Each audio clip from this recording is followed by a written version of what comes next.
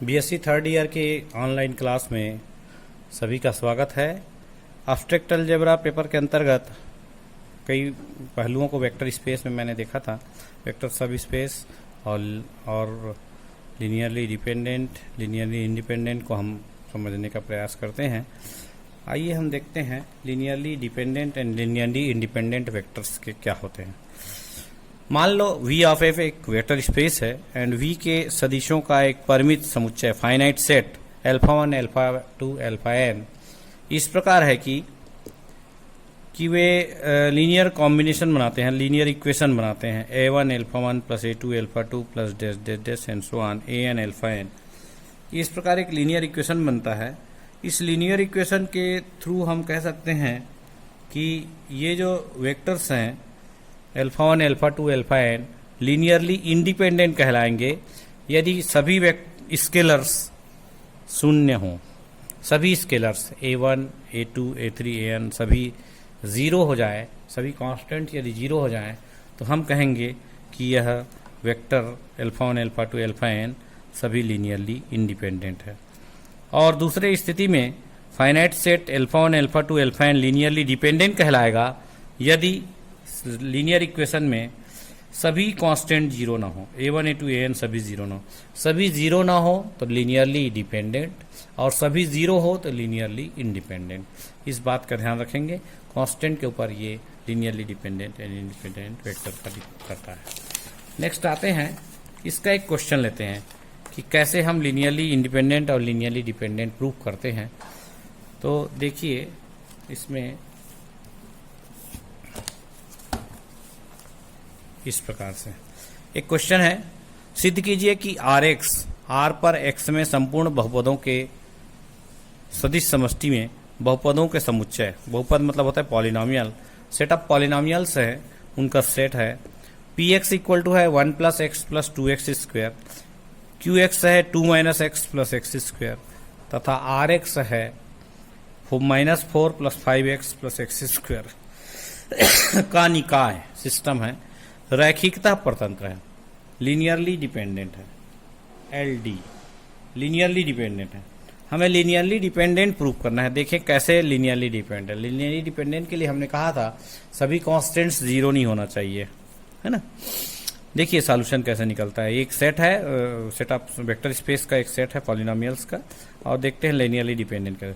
संपूर्ण बहुपदों के सदिश समष्टि Rx के एलिमेंट्स Px Qx और Rx हमें दिया हुआ है। इन बहुपद के समीकरण के लिए कांस्टेंट, तीन कांस्टेंट का सिलेक्शन करना होगा। a1 a2 a3 तीन कांस्टेंट्स इस प्रकार है कि a1 px plus a2 qx plus a3 rx equal to 0।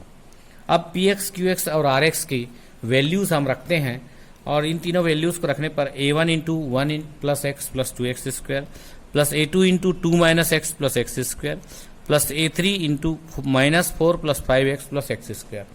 इस प्रकार ये पी क्यू आर के वैल्यू रखने से पहले टर्म को कलेक्ट करते हैं।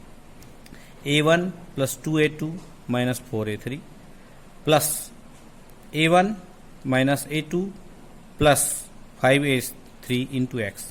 लास्ट है x square coefficients 2a1 plus a2 plus a3, इस प्रकार x square.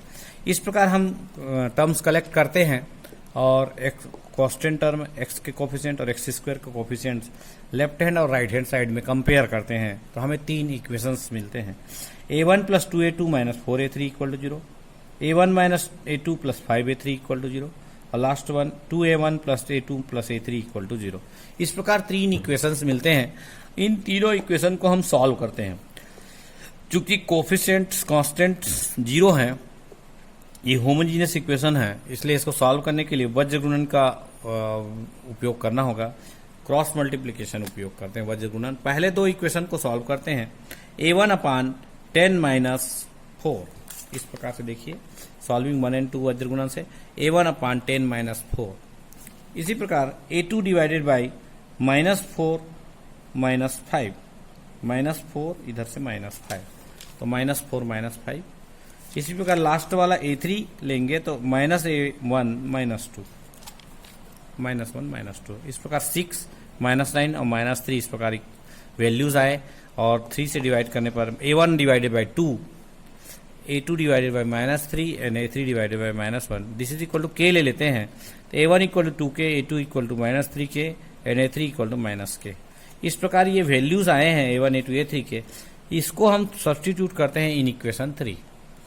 Put the values of A1 A2 A3 in equation 3। 2 into 2AK -3K -K, इस प्रकार 4K -4K आ गया इक्वल टू 0।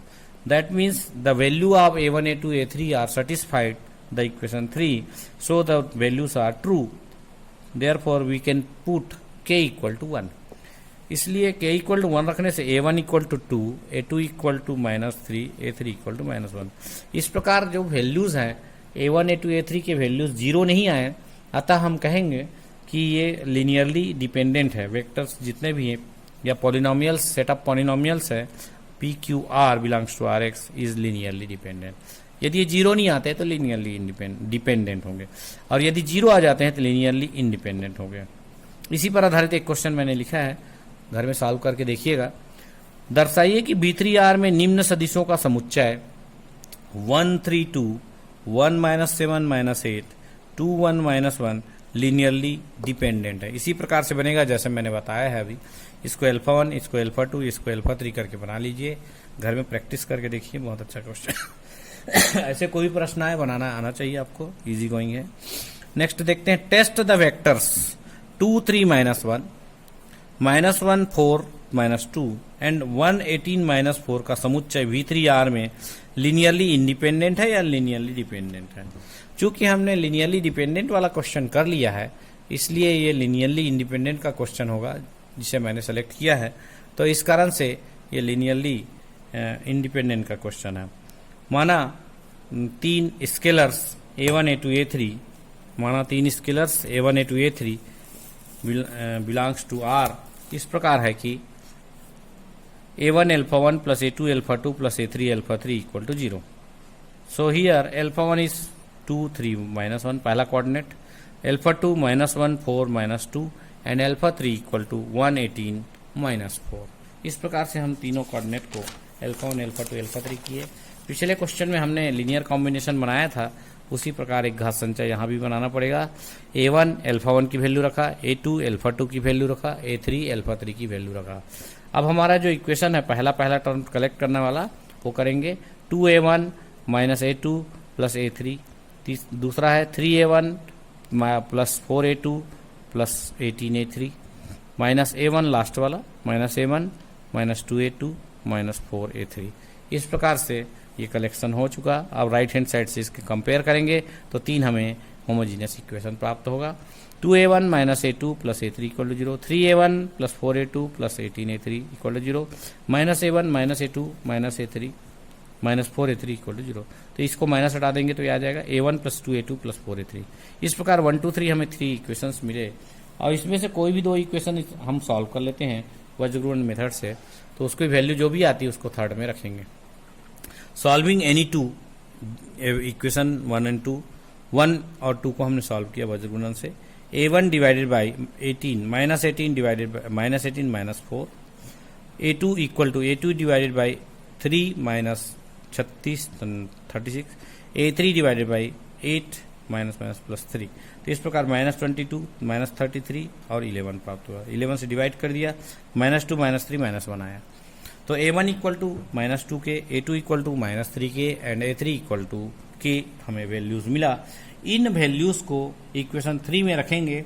यदि ये सेटिस्फाइड हो जाता है तो लीनियरली डिपेंडेंट आएगा, और यदि सेटिस्फाइड नहीं होता तो लीनियरली इंडिपेंडेंट का केस बनता है। रखने पर सेटिस्फाइड नहीं हो रहा, देखिए -2 के -6 के प्लस 4 के, 6 to 8 -4 के प्राप्त हुआ है, जो कि 0 नहीं हो रहा है। 0 नहीं हो रहा है, that means the value of A1 A2 A3 does not satisfied या do not satisfy the equation 3, so the value is not true. Therefore we can say that K equal to 0, so A1 equal to 0, A2 equal to 0 and A3 equal to. ऐसी स्थिति जब satisfied नहीं होता तो K को 0 रखते हैं, और K को 0 रखने के बाद उस कांस्टेंट की वैल्यू भी 0 हो जाती है। Therefore, α1, α2, α3 belongs to V3R is linearly independent. ये linearly independent का केस। इस प्रकार से हम linearly dependent और independent का केस देखे हैं। थोड़ा सा आगे बेसिस मैं बता देता हूँ। देखिए यदि क्वेश्चन एक क्वेश्चन ऐसी लीनियरली डिपेंडेंट इंडिपेंडेंट का है, यदि एक्स वाई जेड रैखिकता स्वतंत्र हो तो दर्शाइए कि ये भी तीनों भी लीनियरली इंडिपेंडेंट है। ये linearly independent X Y Z, तो ये तीन इक्वेशंस हैं, X plus 3y minus 2z, 2x plus Y minus Z and 3x plus Y plus Z linearly independent. इस प्रकार इसको भी हम अल्फा 1 अल्फा 2 अल्फा 3 के रूप में लेकर वेक्टर के लिए बनाते हैं। तो ये भी प्रॉब्लम सॉल्व होगा। एक्स का कोफिशिएंट, वाई का कोफिशिएंट और जेड का कोफिशिएंट कलेक्ट करेंगे, उसके बाद तीन इक्वेशन मिलेगा, तीन में से दो इक्वेशन को वज्र गुणन से सॉल्व करेंगे, उसके बाद तीसरे में सेटिस्फाइड कराएंगे तो सेटिस्फाइड नहीं होगा।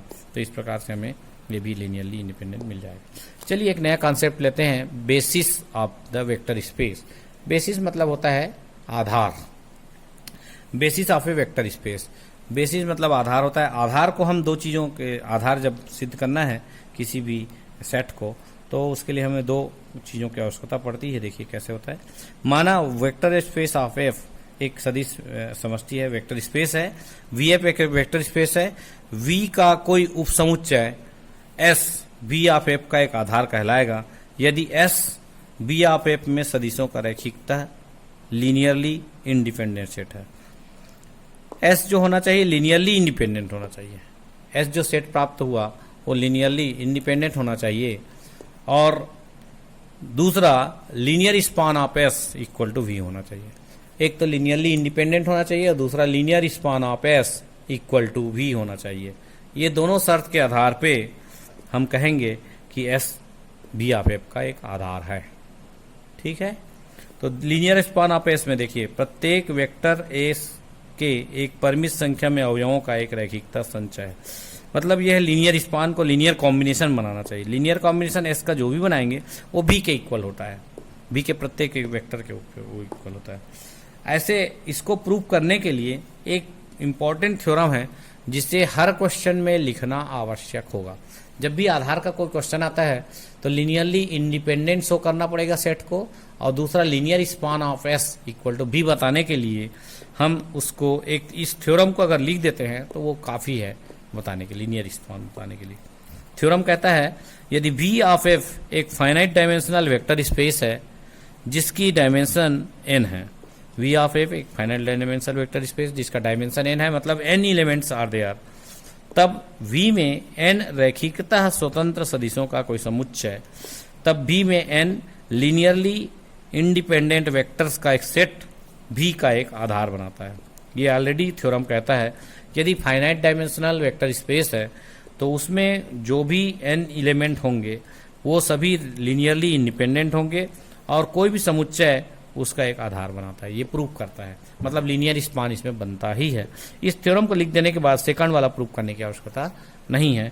कोई भी क्वेश्चन यदि ऐसा एग्जाम में आता है तो उसको हम बना सकते हैं। जैसे मैंने एक क्वेश्चन लिया है, दर्शाइए कि सदिश 2 1 4 1 माइनस 1 2 एवं 3 1 माइनस 2 आर क्यूब के लिए एक आधार को निर्मित करते हैं।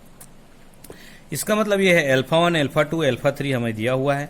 2 1 4 इज अल्फा 1, 1 माइनस 1 2 इस अल्फा 2 और थर्ड वाला अल्फा 3 के लिए A1 A2 A3 belongs to R इस प्रकार है कि तीन अदिश हमने लिया, तीन स्केलर्स लिए और इस प्रकार हम बताते हैं A1 of alpha 1, A2 of alpha 2, A3 of alpha 3।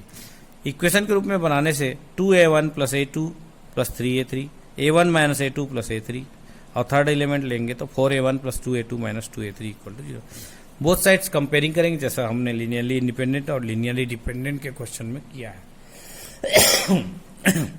2A1 plus A2 plus 3A3 equal to 0, A1 minus A2 plus A3 equal to 0, 4A1 plus 2A2 minus 3A3 equal to 0।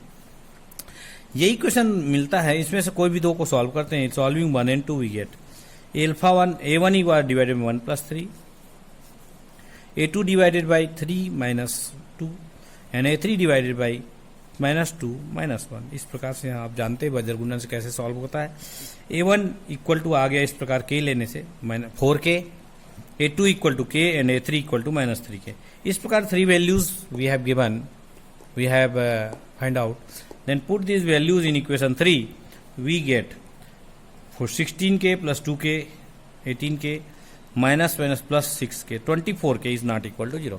तो constant value आती है, 0 नहीं आ रहा, that means they does not satisfy the equation 3, so the k equal to 0। के की value 0 होगी।